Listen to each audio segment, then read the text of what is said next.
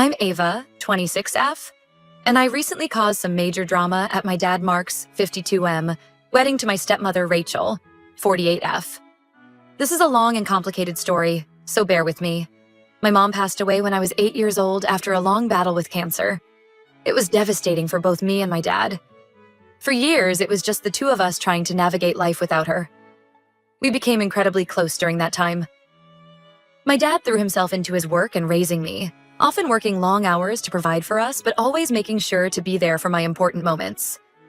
I have vivid memories of him learning to braid my hair for school, burning countless dinners as he tried to master cooking and staying up late to help me with science fair projects. He was determined to be both mom and dad to me, and for the most part, he succeeded. We had our struggles, but we always had each other's backs.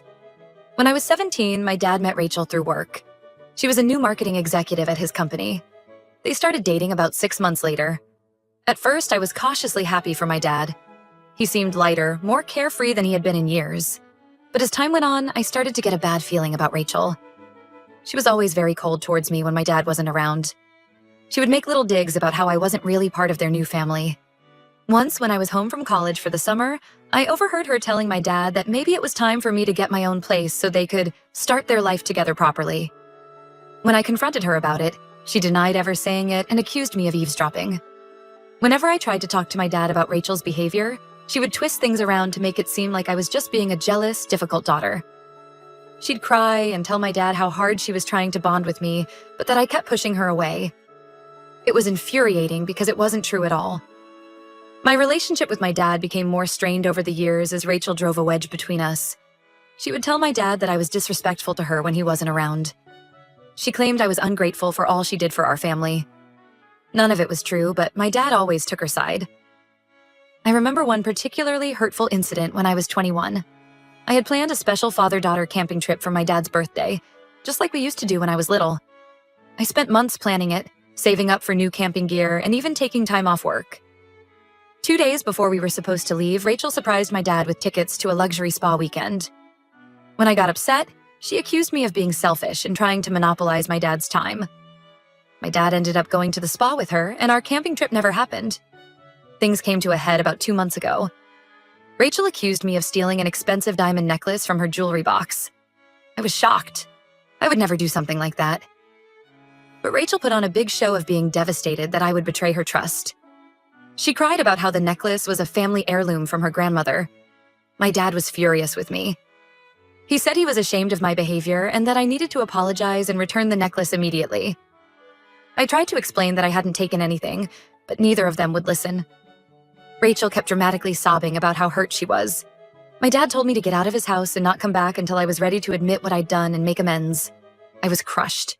I couldn't believe my own father would believe Rachel over me without any proof. For the next couple months, I had no contact with my dad or Rachel. I was hurt and angry that my dad had chosen Rachel over me. I threw myself into my work as a distraction, often staying at the office until late at night because I couldn't stand the silence of my empty apartment. My friends tried to cheer me up, but I felt like I had lost the only real family I had left. Meanwhile, they went ahead with planning their wedding. I wasn't invited, of course. I heard through mutual friends that it was going to be a lavish affair at an expensive vineyard. Apparently, Rachel had insisted on sparing no expense, even though my dad had always been more frugal. It hurt to think of him celebrating without me there. The day before the wedding, I got an unexpected visitor, my stepsister Emma, 17F. Emma is Rachel's daughter from a previous relationship. We've never been particularly close, but we've always been cordial to each other. Rachel had Emma when she was very young and raised her as a single mom for many years before meeting my dad. Emma looked really upset when she showed up at my apartment. Her eyes were red and puffy like she'd been crying. She told me she had overheard Rachel on the phone with someone, talking about how she had planted the necklace in my bag to frame me. Apparently, Rachel wanted me out of the picture so she could have my dad all to herself. Emma felt guilty for not saying anything sooner, but she had been afraid of her mom's reaction. She told me that Rachel had always been manipulative and controlling, but it had gotten worse since she started dating my dad. Emma said she couldn't stand by and watch Rachel tear our family apart any longer. I was furious when I heard this. Not only had Rachel framed me, but she had manipulated my dad into cutting me out of his life. All those years of little digs and passive-aggressive comments suddenly made sense. Rachel had been playing the long game, slowly isolating my dad from me. Emma begged me to come to the wedding and expose what Rachel had done. At first, I was hesitant. I didn't want to cause a scene or hurt my dad any more than he'd already been hurt. But the more I thought about it, the more I felt like my dad deserved to know the truth before he married this woman. The next day, I showed up at the wedding venue with Emma just as the ceremony was about to start. There were gasps from the guests when they saw me there in jeans and a t-shirt, a stark contrast to the sea of fancy dresses and suits. Rachel's face turned white when she spotted me walking down the aisle. I marched right up to the altar where my dad and Rachel were standing. My dad looked shocked to see me there. Before he could say anything, I told him everything. How Rachel had framed me for stealing the necklace, how she had been manipulating him for years, and how Emma had overheard her admitting to it all on the phone. Rachel started screeching that I was lying, but Emma stepped up and confirmed my story. She even had a recording on her phone of Rachel's incriminating phone call. My dad looked shell-shocked as he listened to the recording of Rachel laughing about how easy it had been to frame me. The wedding guests were all murmuring in shock. Rachel's family looked mortified. My dad's face was bright red. Whether from anger or embarrassment, I couldn't tell. He turned to Rachel and asked her if it was true. She burst into tears and started making excuses, but it was clear she had been caught. My dad called off the wedding on the spot. Rachel ran out of the venue sobbing dramatically, her white dress trailing behind her. The guests were all gossiping excitedly. My dad just stood there looking devastated and humiliated. I felt a little bad for ruining his wedding day, but I also felt like he needed to know the truth before making a huge mistake. Emma thanked me for exposing her mom's lies. She said she was glad she wouldn't have to live with Rachel's manipulation anymore. It's been a week since the wedding disaster. My dad still hasn't reached out to me. I'm not sure if he's angry at me for how I handled things or if he's just processing everything that happened. Part of me feels guilty for humiliating him publicly like that, but another part of me feels like he deserved to face the consequences of choosing Rachel over me all these years. So Reddit, AIT for exposing my stepmother's lies and affair at my dad's wedding? Should I have found a less dramatic way to tell my dad the truth? I'm conflicted about how I handled things. Update 1. It's been about a month since the wedding fiasco, and I wanted to give an update on the situation. My dad finally reached out to me last week. He asked if we could meet up for coffee to talk things over. I was nervous but agreed to see him. We met at a small cafe near my apartment, neutral ground for both of us. When I saw my dad, I was shocked by his appearance. He looked like he had aged years in just a month. There were dark circles under his eyes and his clothes hung loosely on his frame, like he had lost a significant amount of weight. He started off by apologizing profusely for not believing me about Rachel. He said he felt like a complete idiot for falling for her manipulation for so long. Apparently after the wedding, he did some digging and uncovered even more of Rachel's lies.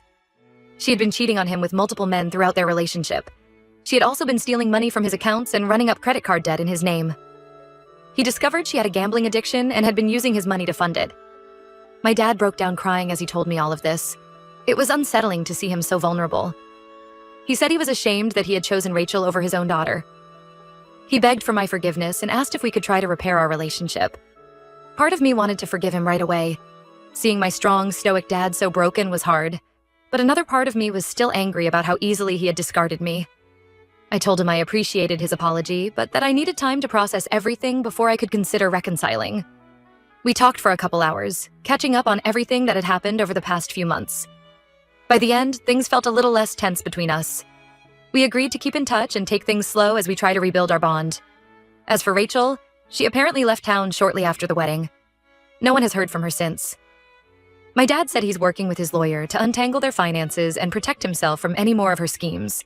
He's also pressing charges for the theft and fraud. Emma has been staying with me since the wedding. She doesn't want anything to do with her mom right now. We've actually grown quite close over the past month. It's nice having a sister to talk to and hang out with. Emma told me more details about life with Rachel over the years. Apparently, Rachel was just as manipulative and emotionally abusive towards Emma as she was towards me. She would constantly put Emma down, criticize her appearance, and compare her unfavorably to other girls her age. Emma said she always felt like she was walking on eggshells around her mom. One particularly horrifying story Emma shared was about her 16th birthday last year. Rachel had promised to throw her a big party with all her friends. Emma was so excited, she spent weeks planning it. The day of the party, Rachel announced she was taking a last-minute trip to Vegas with her friends. She left Emma alone with no party and no explanation.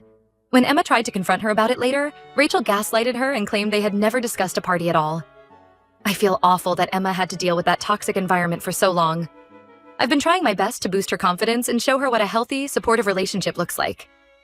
She's really blossomed over the past month away from Rachel's influence. My dad has expressed interest in reconnecting with Emma as well.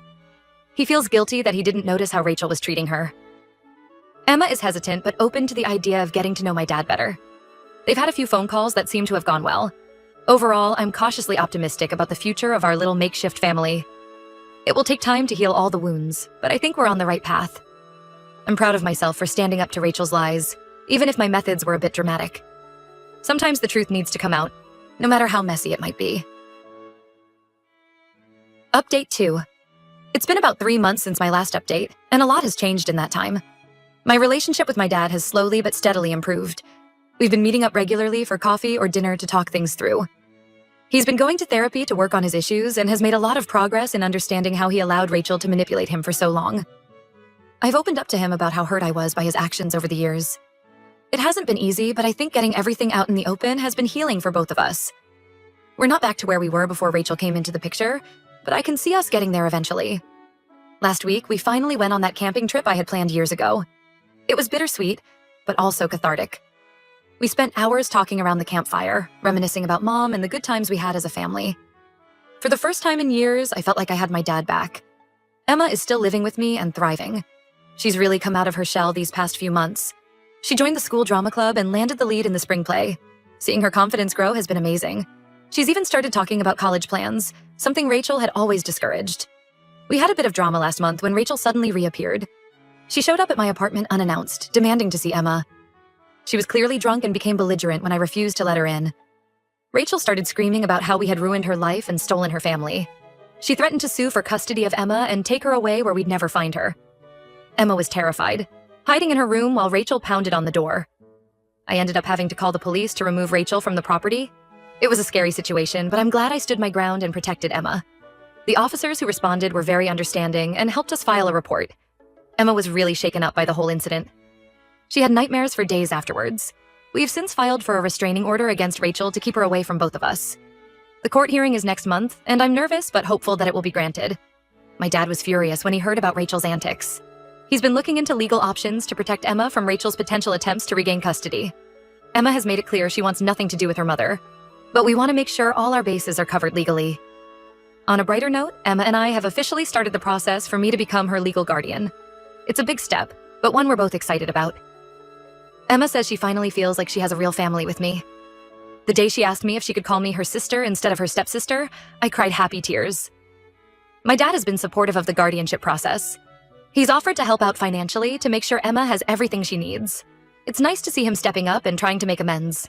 He's been spending more time with Emma too, taking her to movies and helping her with her college applications. There have been some challenging moments as we all adjust to our new family dynamic. Emma struggled with some abandonment issues after Rachel's reappearance. My dad and I still have moments of tension when old hurts resurface, but we're all committed to making this work and supporting each other. Looking back, I don't regret exposing Rachel's lies at the wedding. As dramatic as it was, it needed to happen. Who knows how much more damage she could have done if she had actually married my dad. I hate that my dad and Emma had to go through so much pain, but I believe we're all stronger for having weathered this storm together. I'm proud of how far we've all come in just a few months. There's still work to be done, but I'm hopeful about the future. We're taking it one day at a time, focusing on healing and rebuilding trust. It's not always easy, but it's worth it to have my family back.